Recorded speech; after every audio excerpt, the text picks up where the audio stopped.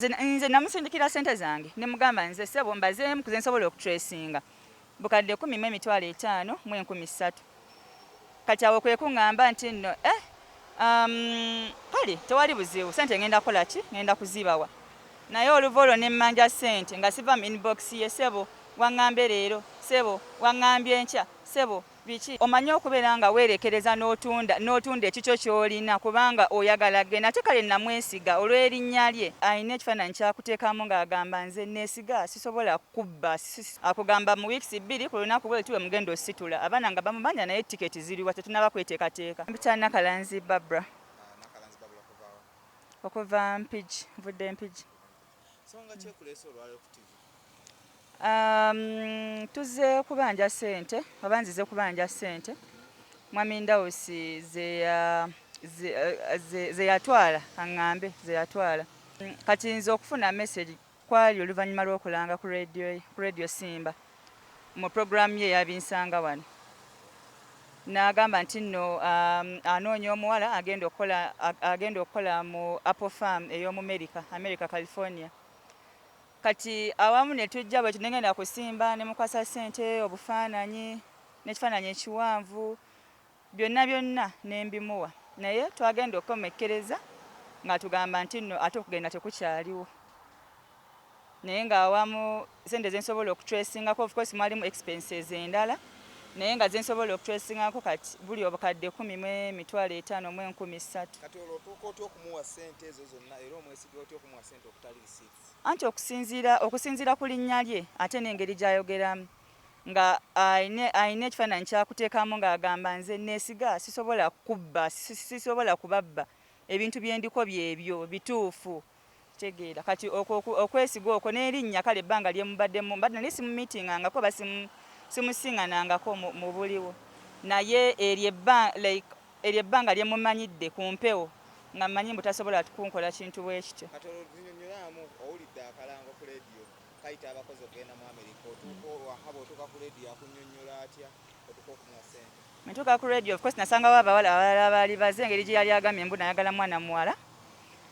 kati we natuuka nga tutuula mu compound za radio Simba kati awo n'aŋŋamba nti naawe ozze jjukira twali mu layini n'aŋŋamba naawe ozze nti yenzize kale olina obukadde 6 nti sabo mbulina naye nga awo nalinako obukadde 4 nenkubira mamange nanyongera obukadde 2 nenzija waneeno erugogo kubanga sente sazirina ku ssimu nenzija sente nenzijjayo kati sente we nazijjayo kwe kuzitwala naye era n'ebifaananyi nabyekubisaawo olugogo okufotokopinga ndagamuntu passport kubanga era yankubira agamba saagala passport eweddeko njagala passport eriko kuzina empya eza East Africa gye njagala nti gy'olina nti gye nnina nembireeta kwe kumuwaako ezo sente ezasooka then enkeera nankubira essimu n'aŋŋamba nti no yampereza audio ku WhatsApp n'aŋŋamba nti no omanyi ebipapula by'omukyala abadde abigaanye ensonga nti no zereeti kati n'aŋŋamba nti no nanteerawo sente kakadde kamu 20,000 n'aŋŋamba nzimusindikire enkeera ezo era ne ŋŋamba mama wange nanyongera kakadde kamu nalinako 20,000 nemusenya kakadde kamu 20,200 kati zino endala ezizze zijja nga badde nga yeekwasa obusongasonga kukyusa tiketi buli ssaawa tiketi zikyuse tugenda kukyusa ennyonyi paka bwe twatuuka kwezo sente we yatugambira mbu nate okugenda tekukyaliyo mutuuka muti abagambe nti ogenda tekukyaliwo pressure abanjukira tuli abana 7 naye nina bannange ka pressure ke baali babatadde kujukira nze engeri gye ndi omuwala pressure oba osanga nze sisobola kuteeka ku muntu w'amaanyi bw'atyo pressure nnene naye nalina backup mu bantu abalala banene abaali bamusindiikiriza kati ndowooza bwe yalaba nga pressure emususseeko kwe kusalawo n'agamba omanyi abaana kambawe ssente katuggyeko ssente ogambye obanja miliyoni 10 omuntu amabi yeetaaga okumanya olwomutuuka omala okuteekayo ebintu ebyo byonna olwomujja abasuubiza tugenda abadigamba ekiremesa twatandika mu gwa 11 omwezi oguwedde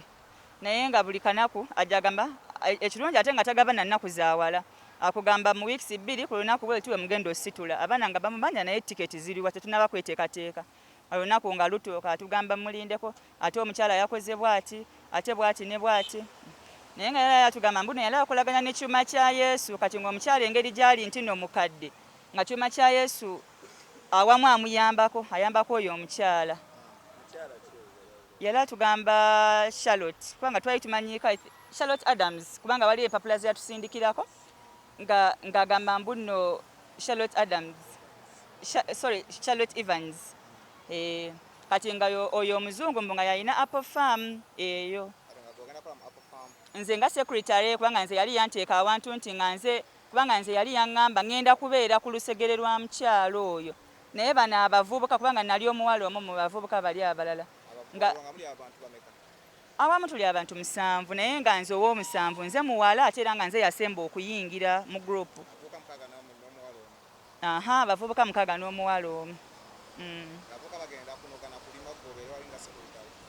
abavubuka bo bagenda kubeera nga bakola mu farm as casual workers then nze agenda okubeera nga ndi wali eri n'omukulu omunene oba oli awo kwe yasinzira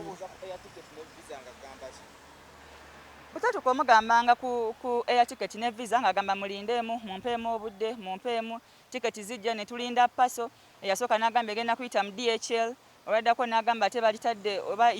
UPS olwamala n'atugamba Dax Korea ate bazikyusizza ate kati bizikomyewo mu DHL tuze tubizibwa paka otuko actually abaana abamu kyemmanyi bali already batandika dde okusensinga nti waliwo ekitali kituufu kati ke ka pressure kano okutandika okukola ki okuyimuka mu mpolampola mu background natuuka ekiseera nga n'amasimu takyagakola ki takyagateekako naye ndowooza eyo pressure eyo ye yamuleetera okugamba nti kati kano abaana kambabulira ekintu ekituufu kwe kuvaayo n'atusindikira audio ku WhatsApp group yaffe gye twaliko n'atugamba nti banange mumanyi ekituufu kiri nti bano abantu bankubidde essimu bambuzaabuza omukyala njogedde naye ne mugamba lekerawo okunsumbuwa buli omu kyaba akola ayogere ssente ezakola ki ezabanja anzinsindikire mu inbox yange buli omu musootinge mu nnaku 21 kati abo bwe bategeera abaana ne bazuuka amaaso oba oliawo ne bakakasa kye baali basuubira nti baferebwa ssente kati bw'omala omusindikira mu inbox kyekyaddaako okutuka okujja ku poliisi ane kati nze bwe namusindikira nze namusindikira ssente zange ne mugamba nze ssebo mbazeemu kuze nsobola okutracinga bukadde 10,500 mu 13,000 kati awo kwe kuŋŋamba nti nno kale tewali buzibu ssente ngenda kukola ki ngenda kuzibawa naye oluva olwo ne mmanja ssente nga siva mu inbox ye ssebo waŋŋambye leero ssebo waŋŋambye enkya ssebo biki kati netugesera ne mugamba nga ndaba mwekubyeko nnyo ne muwa Stanbic account number yange nga manyi kino sente zonna agenda kukola ki kuziteekako naye paka n'olwaleero sinabafunako wadde n'ekikumi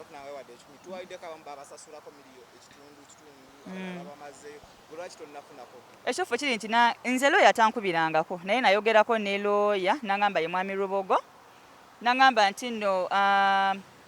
kubanga omuntu omu ku baana be yali yasasulako ye yali agenzeyo ndowooza ofune kye naye nga nze sinabategeerako nti no bakola ki batandise okusasula kakati yangamba muno lawyer akolera mu Rwabogo company advocates I think we bati kati nangamba nti nno bwe nayogera n'oli nangamba munnange nze bansasudde kanso ankubidde owa mwami Ndausi ne mugamba gye sinabafunako simu yonna eva wa lawyer nangamba kale tewali buzibu kati nampa oyo mwana nampa esimu ye nenjogera ne lawyer nangamba obanja ssente meka ne mugamba mwami Ndausi azimanyi nangamba anti mbadde njagala oziŋŋambe nange nkomparing na zino zennina ndabe engeri gye tukusasulako ekitundu ne mugamba kulwaki munsasulako ekitundu kati abo busungu bwe bankwata essimu nenjijjako tebaddamu kunkubira simu paka neleero bwe nnyinza okitwala nti mufere yanfera essubi lyange yalissa wansi kubanga kumpi omanye okubeera nga weerekereza n'otunda ekikyo ky'olina kubanga oyagala genda ate kale namwesiga olw'erinnya lye n'engeri gy'afaanana n'ekitiibwa kye yeewa mama wange yampola ne mikwano gyange nina mukwano gwange yampola ssente naye ate era njukira nali mmanyi nti no ngenda kati ng'ezo ssente zaali zirina okubeera nga zavaamu amagoba kubanga yampola obukadde obubiri yaŋŋamba mwongeremu 5,000 kati anti nga mbasuubiza nti no ngenda ziba wamu gw'okusatu naye ng'awo nali nina essuubi nti